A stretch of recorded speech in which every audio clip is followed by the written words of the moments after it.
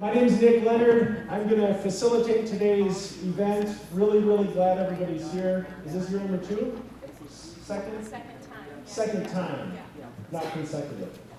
We've got a great lineup of speakers and panelists. My job is to really get you to them, so I'm going to start it off by introducing Commissioner Kurt Mortensen, who's a county commissioner and also on our CDA board. He's got a welcome for us.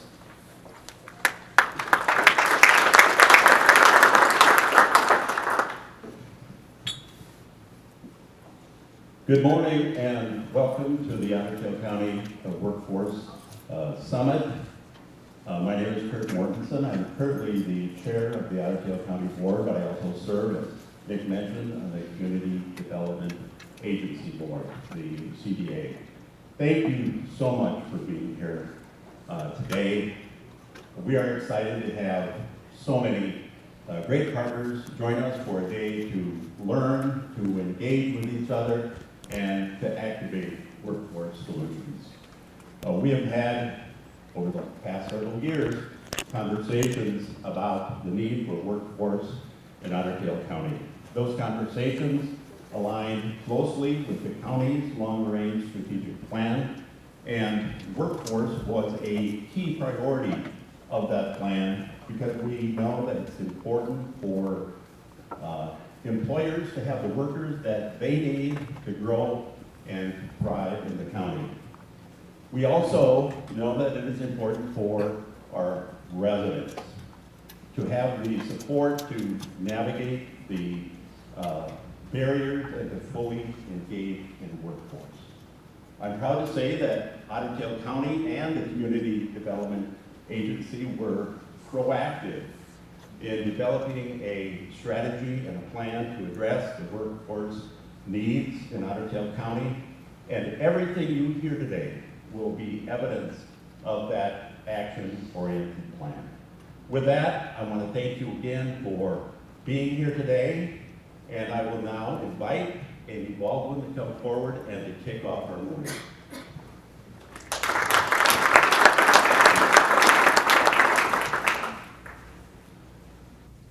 Hi, good morning. Thank you, Commissioner.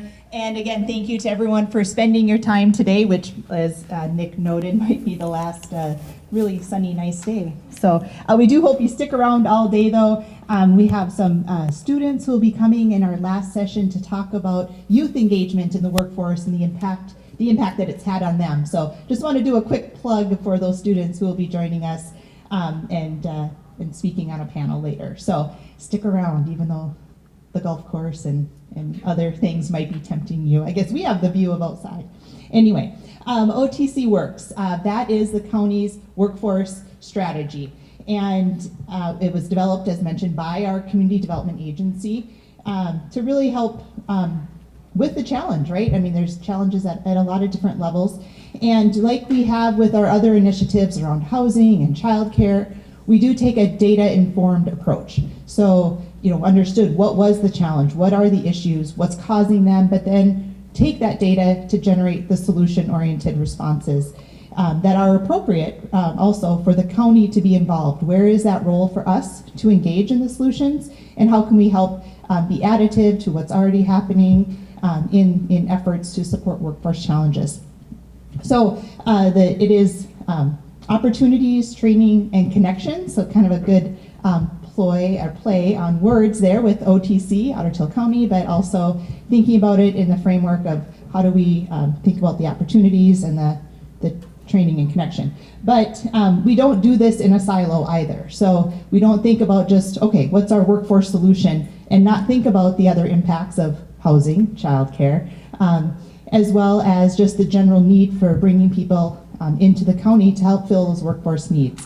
So we have 4 primary strategies in this overarching effort. And so on the map, which you'll hear about later as well, is what is our efforts in recruiting people, new residents into the county. Thinking about, again, infrastructure, that's where Sarah and I spend the bulk of our time thinking about those efforts. Employer supports with the OTC Works strategy. And then finally, welcoming communities, which we'll be talking about today as well. How do we ensure that when folks are here or come here, that they feel welcomed and supported? So kind of getting down into what are those actions under OTC Works, there's 3 primary areas that we look at. And again, thinking about where we as the county and through the CDA can be most impactful in solutions. So the first is promoting that availability of the jobs and opportunities here in Otter Tail County. Second, helping our employers promote those opportunities that they have. We have so many great employers who are looking to grow and really expand their operations, and then help them recruit and retain those workers that they need more effectively. And then the final area is working to create partnerships, thinking about how to improve the occupational readiness, engage youth into future workforce, and then removing those barriers to employment that people might be experiencing. So with that, I'll turn over to Sarah to talk a little more specific. Yeah, so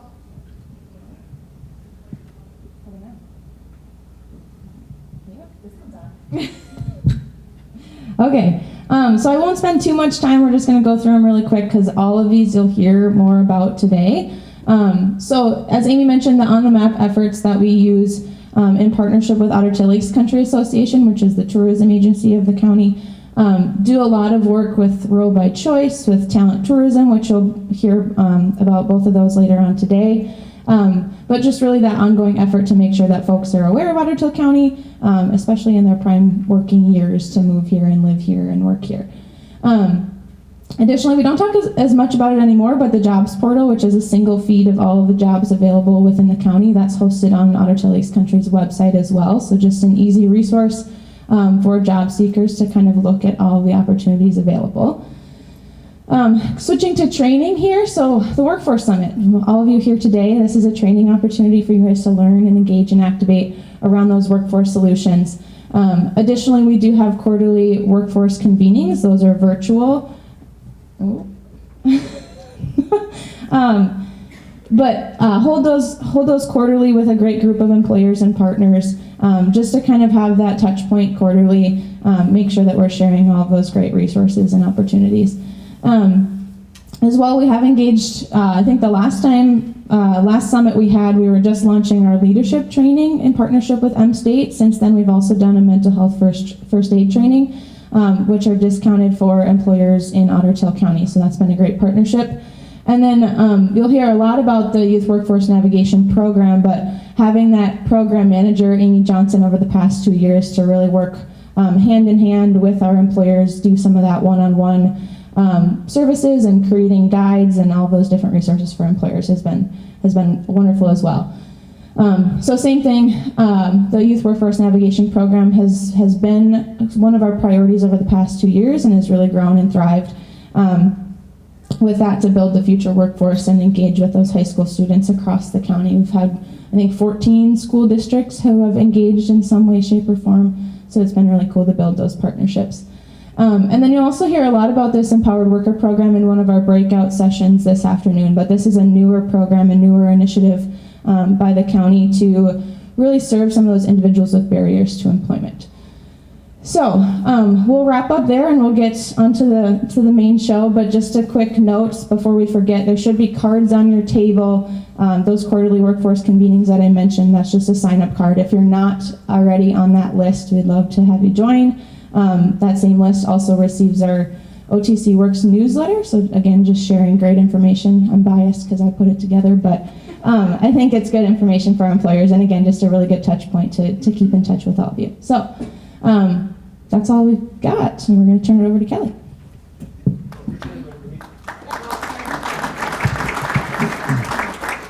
Thanks, Sarah.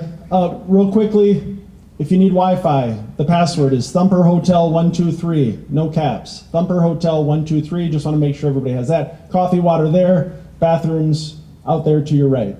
I think we've covered the important stuff. How many of you have never heard Kelly Ash present? Raise your hand if you've never heard. Oh, you are in for a treat this morning. I've gotten to listen to Kelly lots of times. I got to work with him when we were both in Morris.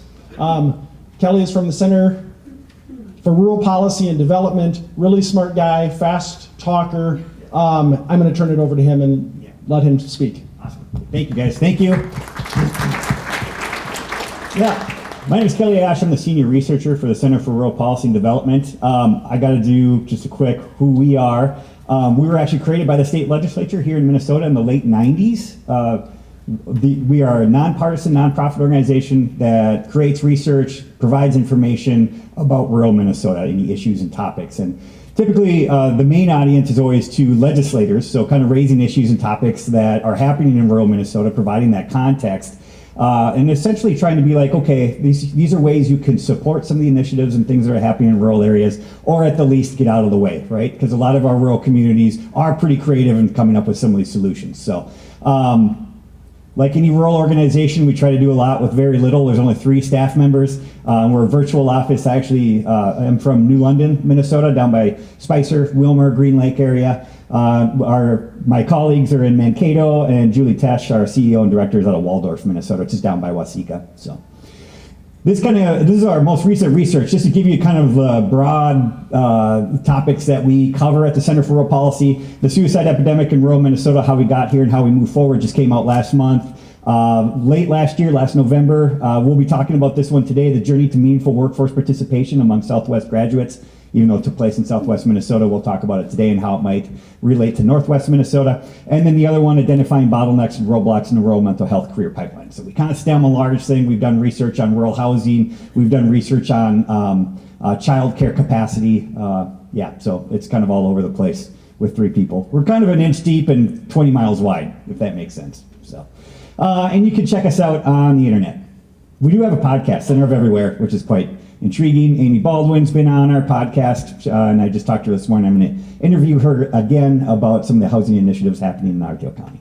So today we're going to talk about 2 different parts. So I just want to provide just a little bit of the context of the labor force reality that we're facing today. You all are probably pretty familiar with it. You feel it. You see it in your workplaces. You see it in the lack of applications for your jobs. I just want to put kind of some numbers to that to give you a sense of where we're at. And then we're going to talk about the shift in economic development away from the 1960s, 1970s model of job recruitment to more of this kind of resident recruitment, people recruitment, and engagement type initiatives that just look very different. They're a little bit more uncomfortable in terms of what we're used to in government-private partnerships. And so we'll talk a little bit about that.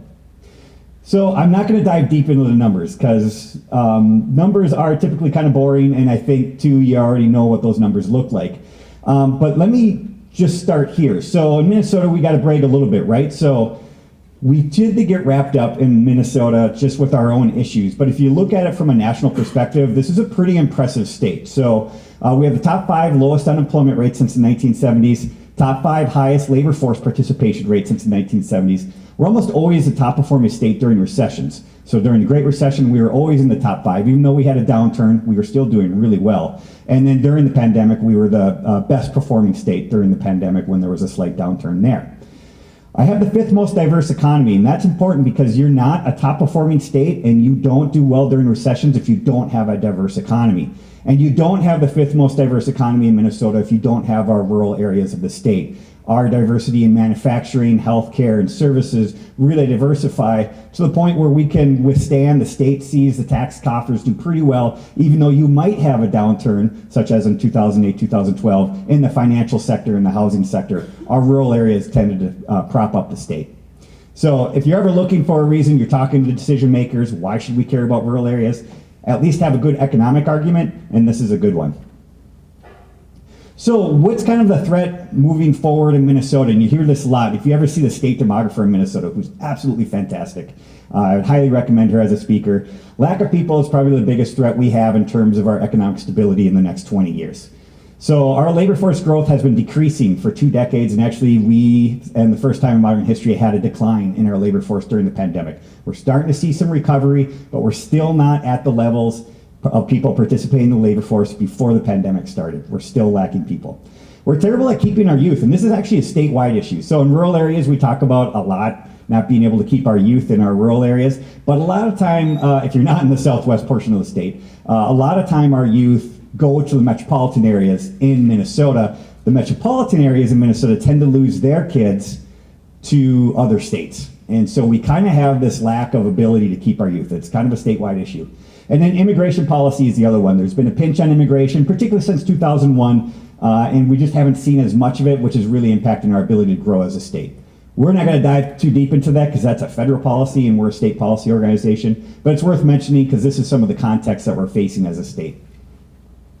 So this is impacting two different things: unemployment and people not participating in the labor force. So people can be looking for jobs, participating in the labor force, just not employed. They're unemployed, right? So we always have this conversation. People are like, all those unemployment numbers are fake. They don't mean anything. Well, okay, so let's look at both. Unemployment rate is here. They're participating in the labor force. They're just not employed. And then you have folks that just aren't participating in the labor force. This is a compounding effect. And recently, this is largely due to people retiring in great numbers, which then also impacts services provided to people that are participating in the labor force, such as childcare. So then those folks have to leave the labor force. We kind of have a compounding issue. We're going to talk about that a little bit. So let's start with unemployment. This is the 2023 unemployment rates. Big takeaway, historically low. We are actually the lowest unemployment rate in the entire United States. So in our entire country is Rock County. They were at 1.7% in 2023. Otter Tail County and up around here, you're going to see about 2.5% to 3.5%. That's really, really good for this area. It's historically low. And typically when you see these kind of higher rates in northern Minnesota, this has nothing to do with people not being able to find jobs. This is more to do with seasonal labor force. In northern Minnesota, you just have a lot more folks that are employed part-time or employed full-time for part of the year and then kind of laid off typically in the winter months. That's just what you see. You see it quite a bit in northern areas. So again, Otter Tail County, 3.3% unemployment rate, historically low. So let's look at the other piece, people participating in the labor force. This is Otter Tail County again, and you will see you have a very stable labor force. It's not growing or shrinking. Now this might be a little disappointing because folks would be like, well, we're doing all this activities. Why is our labor force not growing? Well, what's interesting is if you were to look at the projections for Otter Tail County back in 2012, you guys were projected to be declining by quite a bit due to your demographics. This county typically has an older population, and you were going to have a lot of folks retiring with not a lot of young people replacing those jobs. But over the past few years, you guys have really held on. And even during the pandemic, if I was to show you other rural counties, you would see a slow decline and then a huge decline during the pandemic, 2021, and then not much of a recovery yet. You guys have done a really nice job at least keeping stability in your labor force. This is really, really impressive. So, but this is kind of what you're fighting. And this is the big thing that all of us are trying to deal with is that I got a pool here. This is a labor force pool because everybody's swimming, right? We got few people entering the labor force, and we have a lot of people leaving the labor force, mainly due to retirements. And this is kind of the demographic trends a lot of rural areas are facing. And so the issue is, how do we get more people entering the labor force? And this comes in many different ways, and we're going to talk about that today. But it's going to be anything, all day you're going to be talking about how do we engage people that maybe retired early or are retired but want to find employment? How do we keep our young people here? How do we get new residents in, right? Like all of these are playing a role into that left-hand side. How do we get more people to enter our labor force to match the people that are leaving the labor force? And by the way, we've been talking about this for 20 years, that this was going to happen. So this isn't a surprise to a lot of us, right? Like this was going to come. The pandemic really accelerated things. So we had a lot of folks that were 55 to 60 retire early during the pandemic or leave the labor force. They're slowly coming back into the labor force, but again, that's an interesting pool to engage with and to think about. So this has led us to a very high rate of job vacancies throughout rural areas. This is 2021. I got to update this. I apologize. I just got the 2022 numbers. But 0.4 job seekers per vacancy in the state of Minnesota in 2021. We did not have a whole body for every job available. Again, we've never seen anything like this. This is the job vacancy rate, and this is by planning region. So you can see each color represents a planning region. This region is northwest Minnesota, so the dark blue. And you can see the job vacancy rate is the number of job vacancies you have in your region as a percentage of the total filled jobs in the area. The higher the percentage, the harder it is to fill those job vacancies. And you can see, we think about 3 to 4%, that's pretty healthy. That means you have opportunities for people that are looking for jobs, while at the same time those jobs have an applicant pool coming in, right? So 3 to 4%, pretty healthy. You saw that, coming out of the Great Recession here, and now you can see we're at close to 10%. With the newest numbers that came out, that dipped a little bit, but you're still around 8% job vacancy rate. That's incredibly high. And the other interesting thing to note is that the highest rates are actually in outside of the 7-county metro. So the 7-county metro has 7.8% job vacancy rate, still really, really high, but it's actually significantly lower than the rest of the regions in the state. So this is a big deal, and this is kind of what everybody's feeling. You're feeling this pinch. And it's worth mentioning too that the job vacancies are across all occupations and industries. There isn't one region that may have more than another, except for healthcare. Healthcare industry, healthcare occupations across the state are typically the highest number of job vacancies out of all the occupations available. So healthcare is really getting hit hard. But again, it's all occupations. It's anywhere from manufacturing to accounting to lawyers to doctors. All occupations are needed across all the state. So if anybody says, oh, we don't have, a lot of these jobs or whatever, low skill, low wage, that is absolutely not true. So we got a fundamental shift taking place in economic development from business recruitment to people recruitment. It doesn't mean business recruitment isn't important, but in order to have business recruitment, and you'll hear this particularly in Northeast Minnesota, they're talking about a couple companies coming in, and if you talk to their EDA up in the Iron Range, they're going to be like, the biggest question our employers have is, who do you have for a workforce? What do those numbers look like, right? So business recruitment is people recruitment at this point. It used to not be this way. In the 1970s, it was more of a, if we build it, they will come kind of attitude, right? If we have jobs, we have people to fill those jobs. That's not the problem. But that is the problem now. And so the initiatives look a lot different, and I would argue a little bit more uncomfortable in terms of what looks like for public and private investment. Where we used to talk about tax incentives, infrastructure investments, it used to be conversations around industrial parks, right? Like these were kind of business incubators. These are the things that cities and counties were investing in.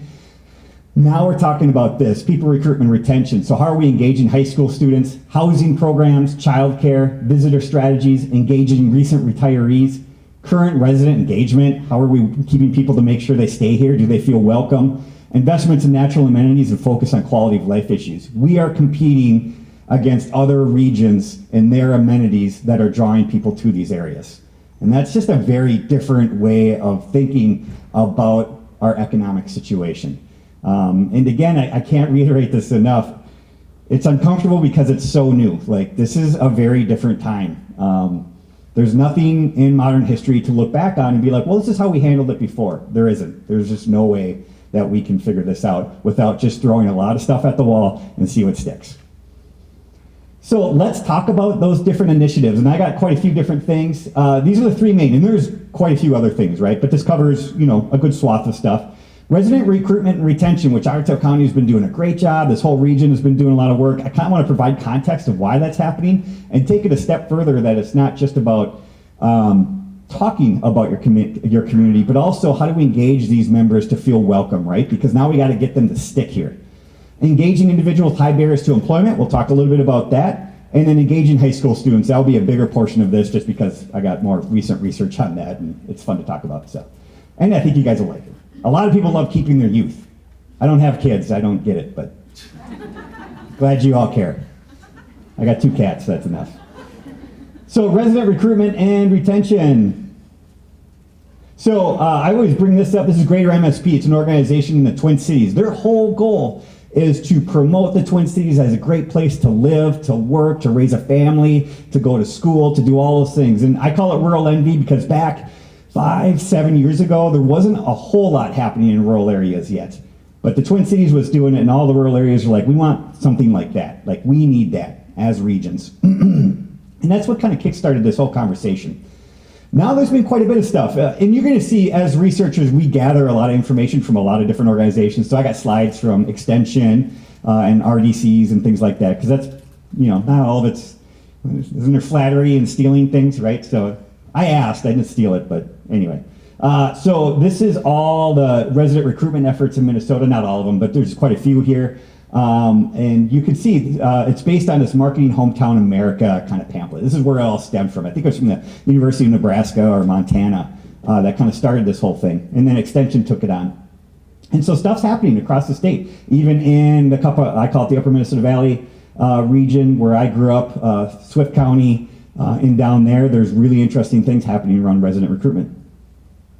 I have to give Otter Tail County, so I didn't put this in here just for today. I actually do this presentation quite a bit around the state, and I point out Otter Tail County and some of the great work that Eric is doing, the Otter Tail County Commissioners, and really investing in an entire programming around promoting this area. I cannot tell you how forward-thinking this is in terms of rural areas, promoting the region, talking about it, and it's gotten a lot of accolades. Star Tribune had it, the Daily Yonder, if anybody's interested in any sort of kind of rural blogging journalism, though I can't recommend the Rural Yonder enough, they're great. But they've done articles on this and really is leading as an example for other rural communities of how to make this stuff work. And the important thing to realize is that when we're talking about resident recruitment, you know, a lot of times since the 80s and 90s, a lot of the conversation centered around how do we keep our 18 to 20-year-olds in our community. We lose so many of them. But we talked very little about the people that actually moved into our rural areas. And it was the University of Minnesota Extension. Some of you might have seen Ben Winchester. He's a speaker, does a lot of good work. And you might have heard of the rural brain gain, right? So it's this kind of opposition to the brain drain, losing our 18 to 20-year-olds, where the University of Minnesota Extension was arguing, yeah, but we see 30 to 49-year-olds migrate into our rural areas. That doesn't always make up for the loss of our 18 to 20-year-olds, but this is a trend that we see all through the state, particularly in recreational areas. See a huge in-migration of 30 to 49-year-olds, and he calls it the brain gain, right? So essentially these folks that have a lot of life experience, more wealth, have families coming in and move to our area. And so that's what resident recruitment is based on, that type of idea, that research, is looking at, okay, what do 30 and 49-year-olds want in terms of a lifestyle? And it turns out when they did research, there were kind of three main things. Affordable housing was a big draw, and this research was done actually in the upper Minnesota Valley. So again, Swift County, Yellow Medicine, and some of those areas. Small class sizes was a big one, and quality of life. And so these were things like, I just wanted a slower pace of life. I wanted to let my children be able to bike down the street and not have to worry about it that much. I didn't want the busy commute, those types of issues. So those were the top three.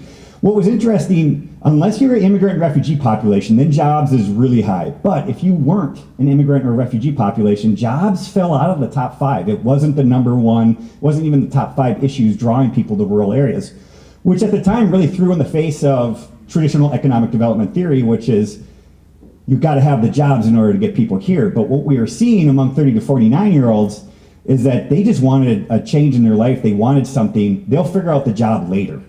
Or it could have been that they kept the job in the Twin Cities or wherever they're moving from and they're able to telecommute, right? So this again was just another kind of piece of evidence of looking at economic development in a different way. So they actually surveyed, this is a 2020 survey, at the University of Minnesota. They got a list of people that had recently moved to a different zip code within the past 5 years, and they surveyed, I think it was 3 or 4,000 households. And so this is the response they got. 31% moved primarily for a job, again, significantly lower than we expected. 25% lived there previously. So a lot of folks are like, oh, they moved back home. But that actually isn't the case. They may move close to home, or it's they moved to a place that they had visited or maybe had a cabin in or whatever. That was actually a bigger draw than growing up in a place, which was interesting. 91% have had some college or bachelor's degree. 75% household incomes over $50,000. 47% had children in the household. And what this doesn't tell us, though, is yes, 47%, which is a little bit lower than what we were expecting. But we should have asked the question, do you want to have children? Because that actually can be another draw to an area as we want to have children.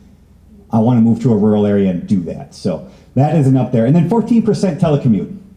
So really, really interesting numbers. But again, it was done right before the pandemic. It'd be really interesting to see those numbers now. But it's an expensive survey, and I don't know if they'll get to it. But again, really interesting numbers. It should kind of change our mind about, okay, who are we dealing with? Now, this slide is really talking about the regional attitude, right? So Otter Tail County is doing a great job, but it's also a part of a larger kind of programming of resident recruitment in the Northwest region, particularly under the West Central Initiative Foundation.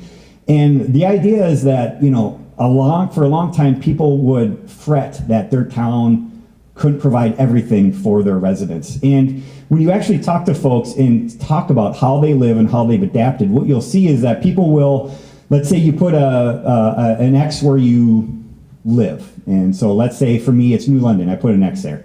And they say, all right, put a dot where you work. And let's say I worked in Wilmer or St. Cloud, right? I put a dot there. And then you ask the question, draw a circle of the radius around where you shop. And that circle will probably be like 45-mile radius, right? Like it's going to be pretty wide. And then you see draw a circle around where you play. And it gets even bigger, right? So the idea that people want their community to be everything is not only unrealistic, but maybe even unnecessary. That as a region, though, we can provide a lot of everything that people want. We can provide the shopping, the recreation, the jobs, and everything. And if you think about it, that's how the Twin Cities works, right? So Minneapolis, St. Paul, it's not like everybody that lives in Minneapolis works in Minneapolis. Most of the people that work in Minneapolis live in the suburbs, right? And so this isn't any different. It's just we have to think about it more regionally. There's more space, empty space between the places that we play and work and live. So this is Upper Minnesota Valley, RDC, down that west central area. And I just wanted to provide, this is kind of just a graphic they had of like, what does it take to promote? What do we all need to gather to put together? And I think this really clearly demonstrates just kind of the complexity of the types of things that need to be kind of housed under one roof, right? And so not only are you talking about housing, right? We're talking about employment opportunities. And again, employment is scattered. And what was funny talking to Upper Minnesota Valley, RDC, is that how many employers were still advertising in the local newspaper, right? When actually you probably need to figure out how you're going to find the people outside of your region to come in. And so how do we broaden that list? You can't just be advertising in your local newspaper. Things to do, so places to eat, places to stay, places to shop, and family essentials, schools, healthcare, children, cost of living, all of that kind of noise. This is the stuff that when you interview people that are thinking about a move, this is the stuff they want to know and they want to find it easily. What's also interesting about this is you'll see the overlap between tourism, between Chamber of Commerce, between just economic development and municipal governments and parks and schools, right? There's a lot of overlap here. And so there is always this question of who's in charge of this? Who takes this on? And Otter Tail County has kind of made a decision that it's going to be collaboration between the county and the tourism. And that's probably pretty typical of what you're seeing a lot of rural areas do. Is like, okay, this is both tourism as well as economic development, and so we need to collaborate on this.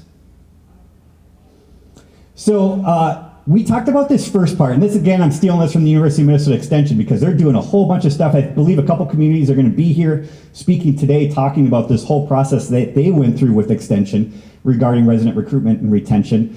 But so far all we've talked about is this. How do we better understand and experience becoming a newcomer in a community? How do we market and how do we recruit? But then there's this whole other side that I think a lot of rural communities forget about. And again, Otter Tail County is doing a good job with, is it Grab a Bite program, right? Like we got you here. How do we keep you here? How do we make you feel welcome? How do we utilize the assets you bring to the community as much as possible? And so again, how are we engaging? How do we make them feel like they belong? And then it's funny, this is totally a Neil and Shida Extension thing, manage leaving. They go the extra step. All right, you're thinking about leaving. How can we make you appreciate this place before you leave and then maybe you'll come back, right? Which is like a whole nother step. But I feel like a lot of rural areas, we're still up here trying to market ourselves. We're just getting into the engage and belonging. The manage leaving, I don't know if I want to get there yet, right? So we'll get there. The reason this is, and I'll say the welcoming options is interesting, right? Because there's kind of these one-offs. So you can give them, you can have a welcome packet when you come to town. Or you can have a welcome wagon. I don't know if you guys are familiar. I think that was back in the 70s and 80s. They used to have welcome wagons in the communities, right? And you're starting to see those come back, right? There's kind of a group of people that'll make sure, people feel welcome, give you the materials, maybe show up with a hot dish or something like that. And then you got the welcome events. So holding regular welcome events for newcomers. And then sustained welcoming initiatives, right? So these can't be one-off things. This has to be a really in-depth, sustaining, continual process of always making people feel welcome. And the hope is that the people that just moved to town 4 years ago are now a part of the welcoming initiatives as well, welcoming new people, right? So how do we get that cycle going? And the reason this is important is this is one of the questions and some research that they did at Extension. The community's welcome of new residents by those likely to still live in the community in 5 years. So what this says is people that strongly agree that the community is welcoming, 86% of them said they'll likely live here in 5 years. If you go to strongly agree that the community is welcome, only 44% said they'd be living there in 5 years. So again, you get them, but that's not the end of the story. Now it's how do we engage them and make them kind of get into the community and get involved and feel welcomed. So those are the big pieces around kind of resident engagement, welcoming communities. It's a high overview. A lot of the sessions you're going to hear today are going to go more in depth. They're going to be a little bit more practical, a little bit more around the best practices. The next one I want to talk to you about is populations with high barriers to employment. And what we mean by that is sometimes this gets wrapped up in the politics around DEI and race. And there's nothing wrong with that except the politics around it. But a lot of times in rural areas, it's not necessarily about race and ethnicity, but it could be more about people with disabilities. How do we engage them? People with criminal background histories, immigrant and refugee populations, and then folks with life circumstances, single parents, people that are just in poverty, don't have a vehicle or access to transportation. These are the types of folks that typically have not been involved in the labor force, have kind of been sitting on the sidelines trying to figure their life out or trying to find the right opportunities. And so as job vacancies increase, we're seeing a lot more engagement in these types of things. You could even throw in recent retirees. So research is really clear that the baby boomer generation, particularly the second half of the baby boomer generation that we're on now, they have more wealth than any previous generation before. And also the surveys that have been done show that the percentage of them that want to be civically engaged, want to continue to work in some capacity, is significantly higher than previous generations. And so it's so funny when people talk about raising the Social Security age, you know, people get real huffy and puffy about it, and that's fine, but at the same time, people still want to work, right? Like they still want to be considered of value, they want to be doing something, stay active, and so we have to stop thinking about folks that turn 60 or 65 that they're out of the labor force, they're never coming back. This is something that we have to work on, and there's very few initiatives really engaging on that because it's kind of a hard population to engage with. They're not maybe online as much. They're not as engaged into the newer organizations and programs that are available. And so as communities and regions, we have to figure out how to do a better job at that, and that's kind of in the works. So when we talk about barriers, I think it's interesting. When we did research on this, you know, we all know of the population side that have barriers. So lack of transportation, childcare we heard a lot of. Access to childcare, healthcare access, poverty, housing, criminal background history making it, things like that. But then even more important, and I think Deed and some others are starting to recognize this, there's also the business side barriers, right? There's concern over costs. How much is it going to cost me to engage? Am I going to have to invest in a lot of different stuff to make these folks, get them integrated into the system and be able to work? A fear of legal liability. So if I do things wrong, am I going to get sued? Lack of awareness that these are populations that could be a great workforce. Cultural preparedness among your staff. And then I'll just flat out maybe hold negative perceptions about these communities and these populations. So these are things that I think if we're going to tackle, we can't just tackle it by like, okay, how do we provide transportation for these communities? But it's also making businesses and employers feel more comfortable. How can we support them to be able to hire these folks and make it work? And so that's just as important, and we kind of keep hammering that at the state legislature too. Like this isn't just a one-sided thing. This is both sides need support on this issue. And so if you're an employer out there, definitely get in touch with your rural SEP, which is the workforce board in this region. They have programming that'll help you engage these populations. There's funding available now, even through Deed, to take this stuff on. It's really worth checking out.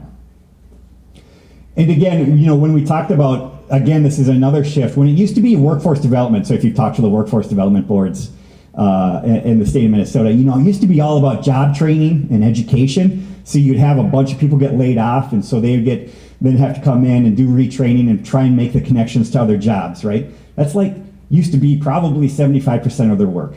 Now it's maybe 5% of their work. Because, yeah, people are getting laid off, but there's a business there to hire those folks right away. And they'll train them in-house, no worries.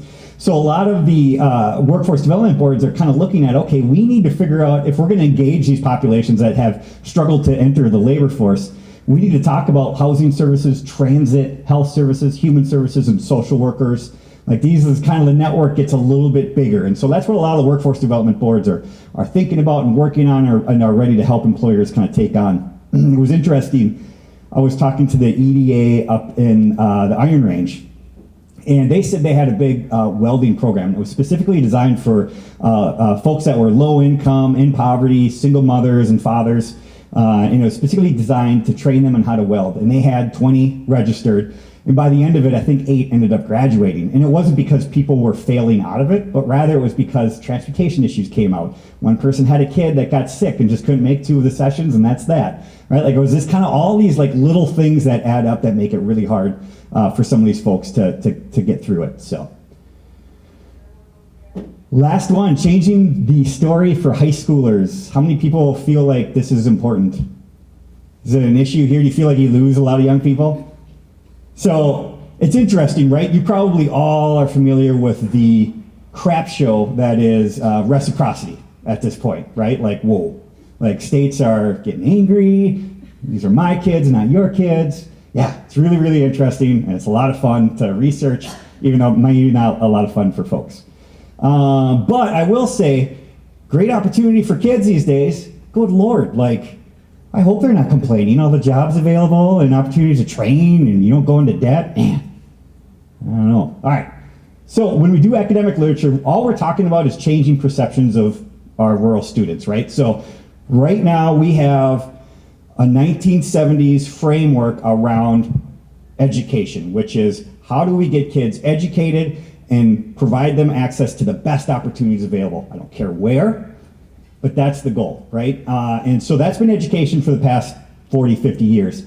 And now it's like, okay, we want our kids educated, but we also want them to be aware of how much opportunity is right. We want to get rid of this framework and this kind of pipeline that's sending our kids outside of the area. How am I doing on time? Good? 20 minutes, all right, cool. So let's talk about how students are influenced. And we did an academic literature to come up with this really amazing, right? I don't know what this is. Categories of how students are influenced. Relationships and observations. I'll be damned, huh? I'm glad we all got a bunch of PhDs working on that one. So, but what's interesting is you got to break it down, right? And so we all get kind of stuck into our routines and we do the same thing over and over again. And so let's take a look at this. So if we talk about relationships, is there anybody involved in college admissions here? I always make this joke. Oh shit. Okay. Are you from M State or? Okay.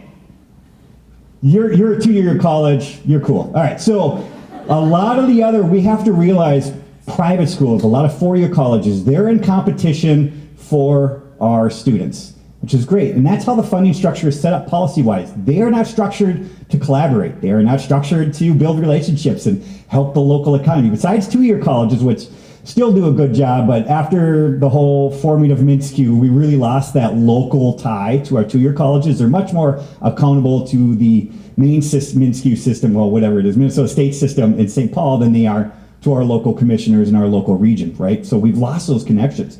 College admissions, they are salespeople, right? Do you use Salesforce? In some aspects. Yeah, see, Salesforce, that's their software they're using to track students and keep track of things, right? They are salespeople. They are paid to get students through their college and talk about it, right? And I'm being very crass, I'm being very harsh, but we have to realize, and I think Minnesota's been okay, but in other states this is a big deal. If you look at the research, one of the number one ways, or the number one point that college admissions folks will make, particularly with first-generation students and first-generation parents, is that if you want your college to succeed, they have to leave this area, get an education, and find better opportunities somewhere else. Like, that's been a very successful talking point for colleges for quite a while now. So we have to understand that right now, college admissions isn't necessarily our partner on this right now. Until things change and the state government decides that we need all of our education institutions to start collaborating and working together, which I think the 2-year colleges, again, and the high schools are doing better, but the 4-year colleges are very little. They come in, they talk to your kids, and then they leave. That's what they do. There's also immediate family. How are we talking about our kids, our nieces and nephews, about the opportunities available to them? I don't know if we do this enough. I think there's still a narrative that there are no opportunities in rural areas that I hear once in a while. And it's just kind of old school thinking. It's been since the 1970s. We're ingrained in it. It's understandable that we continue to think this way. But we need to change the way we talk to our kids. And then there's formal advisors. When I was doing this research in Southwest Minnesota, a school board member came up to me and he's like, could you just pull the numbers for Jackson? I don't know if you guys are familiar with Jackson, Minnesota, the school district down there. He's like, could you just take a look? And so I took a look, and I was like, wow, you have a lot of students going to South Dakota State University. Like, it's like a train. And what was interesting is that the high school counselor there was a former alumni jackrabbit, right, of South Dakota State University, and just had the connections and just was like, you know, getting a train. And once you get a group of students from a high school going to one spot, it kind of just, it builds that relationship and funnels them over. And even though that's great for the students, and there's nothing wrong with that, and this individual had no ill intent, did a lot of damage to the region in terms of the local labor force and providing the opportunities that were actually available to them in their region. And I'm not saying all students should stay in their region and that we should demand it, but we could do a better job at making sure our students at least know. So even if they do go to another college, they know they can come back if the time warrants. Again, when people turn 30, we tend to see them coming back to rural areas. So how do we plant that seed a little bit better? And then there's the observation. So we had the relationships, pretty significant, and also observation. So how much are students seeing the career opportunities as they're going through high school? Do they get to see the jobs and the type of jobs that are available? And do they get to work on hands with those? And then the community opportunities. I think it's funny, maybe just in New London, you know, we have the New London Spicer School District in our community, and you would have no idea it's there. Like, we don't do any sort of like, hey, come be a part of city council, or hey, how about we develop a business or a spot where students can collaborate and do things? You know, like, how are we making them feel a part of this community? I think we've kind of gotten away from that a little bit. So when we first started doing this research, we were calling folks and they're like, well, we had a regional job fair. All the local jobs came to Marshall, Minnesota, right? And they all stood and we saw the students. They were really excited. They were blown away by all this. But it didn't seem to make an impact long term. And it's because, again, these students are being bombarded with influences just 24/7 all the time, from friends, from family, from advertising, from shows, from gaming, whatever, right? And so it's going to take a bunch more stuff. They have to be engaged with it every day. So not only is it having a regional job fair, but it's about apprenticeships and internships, and then career and technical instruction. I'll talk about that here in just a bit. That's what's going to change perceptions of their local opportunities. It really has to be really constant and consistent. And right now, it's starting to shift, but our education system it's a slow boat, right? That just takes a while to turn. And we're getting there, but it's going to take a little bit more pushing.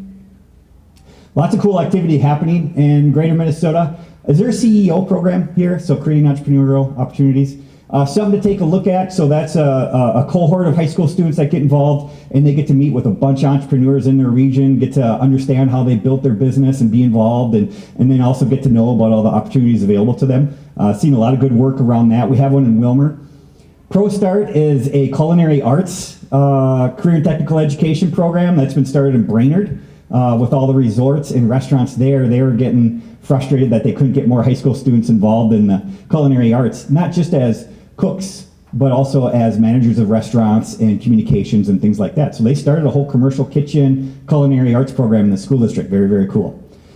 LIFT is one, Launch Your Future Today. If you're not familiar with it, that's an organization in Southwest Minnesota where all they do is they work with high school districts and employers and DEED to figure out how to develop more career and technical instruction in their school districts. They work with the two-year colleges. And one of the things when we were doing this research and what's challenging about developing CTE is that high schools and school districts in general are already underwater in terms of trying to keep up with state mandates, limited funding. Like, they don't have the capacity or resources to take on more development of CTE. So sometimes another organization has to step in alongside them and help them develop this and help figure out what the collaborations are. Because a lot of times too, with a rural school district, they can't do it on their own. They need to collaborate with another local school district. So the whole question is, how do we do busing? Because busing's expensive, and a lot of the state formula won't cover busing for CTE. Maybe Perkins will, right? It gets really complicated.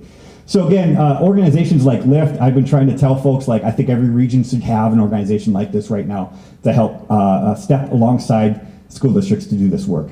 And then Bemidji Career Academies is just a humongous CTE program in Bemidji that started 5 years ago now or so, which is worth checking out. It's everything from aviation to welding to mechanics to all kinds of stuff. So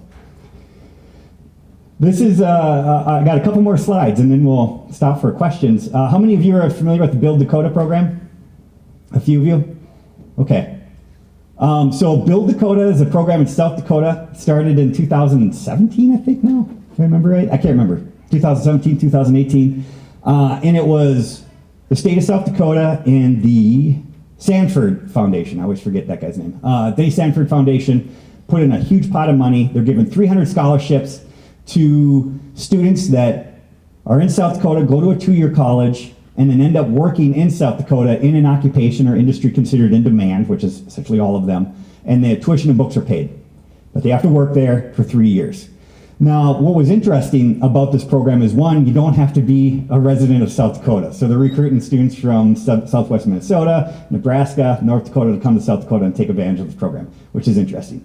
Another interesting thing about this program is that it isn't, they are allowing businesses and communities to sponsor students as well, so it doesn't completely come from this pot of money that the state of South Dakota and Sanford Foundation put together. So what's happening is this program was only supposed to do 300 scholarships for 5 years, and then they figured their pot would be pretty low, and we're only going to be able to do 50. They've continued to do 300 because they've had so many employers, community foundations, and other organizations step in and say, hey, we'll pay for this student. He wants to be a plumber. We'll do it. Like, we'll pay for him. If he lives here 3 years and provides plumbing for our region, absolutely, let's do this. I just think that's so cool because it gets everybody invested.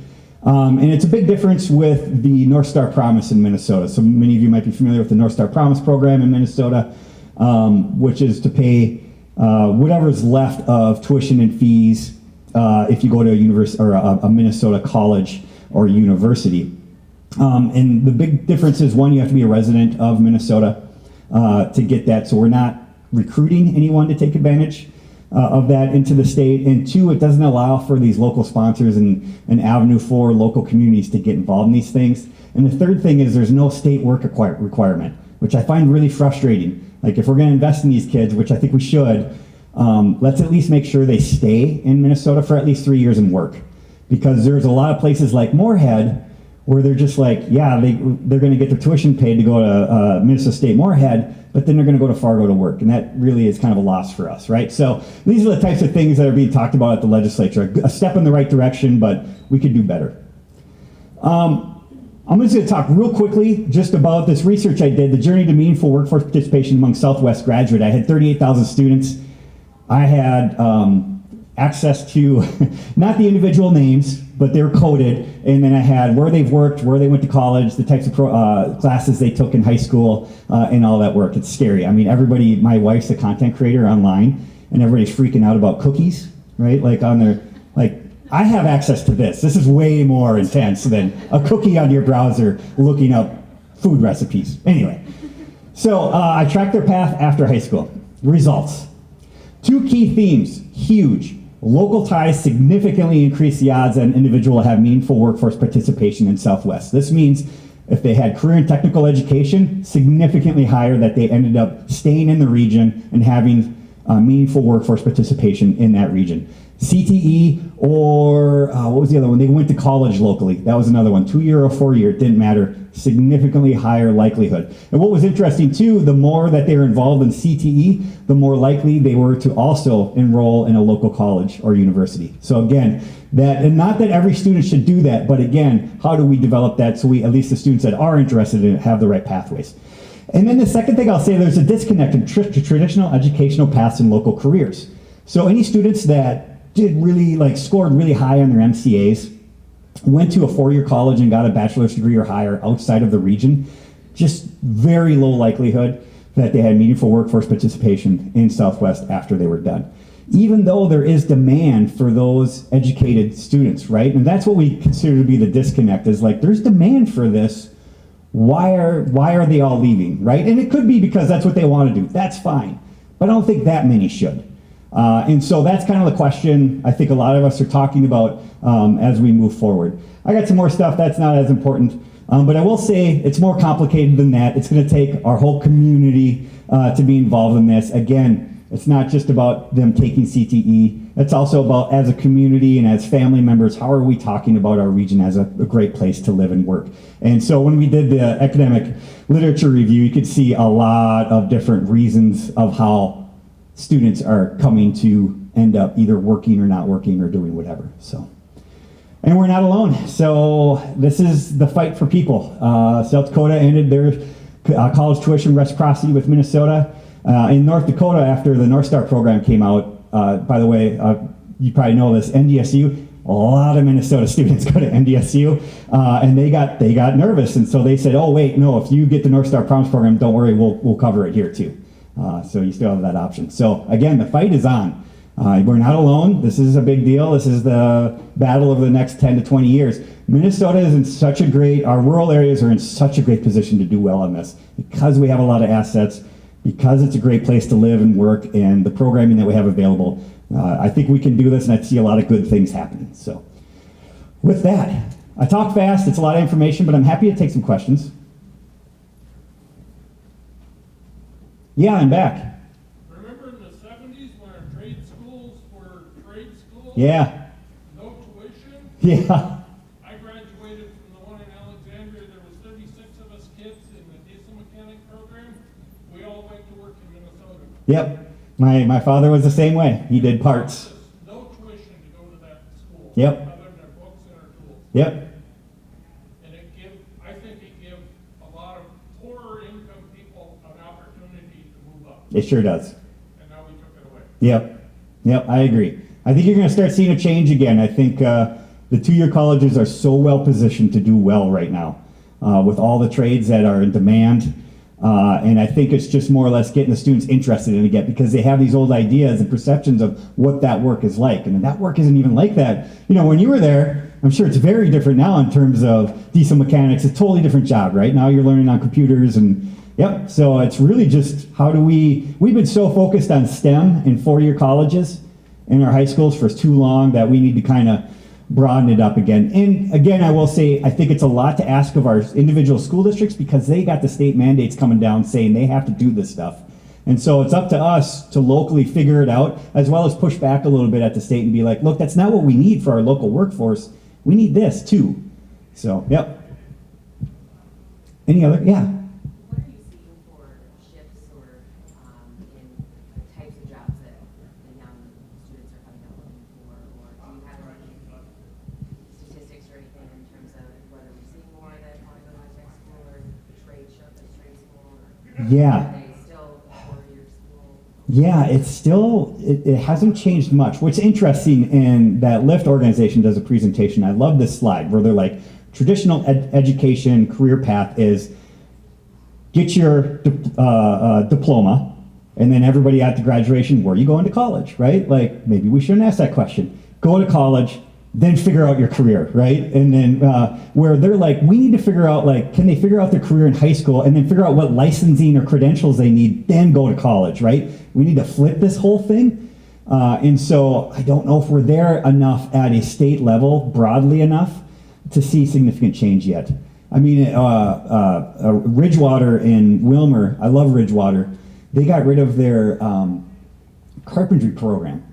It's like, do you know how many carpenters we need in our region? But it was because they couldn't get enrollment in it. And I'm like, how are we not getting enrollment in carpentry? That's crazy. So I think we're still, again, I still think there's a disconnect between our high schools and our colleges and the entire system. So It feels like there has to be a shift, but yeah, but we're getting there, yep.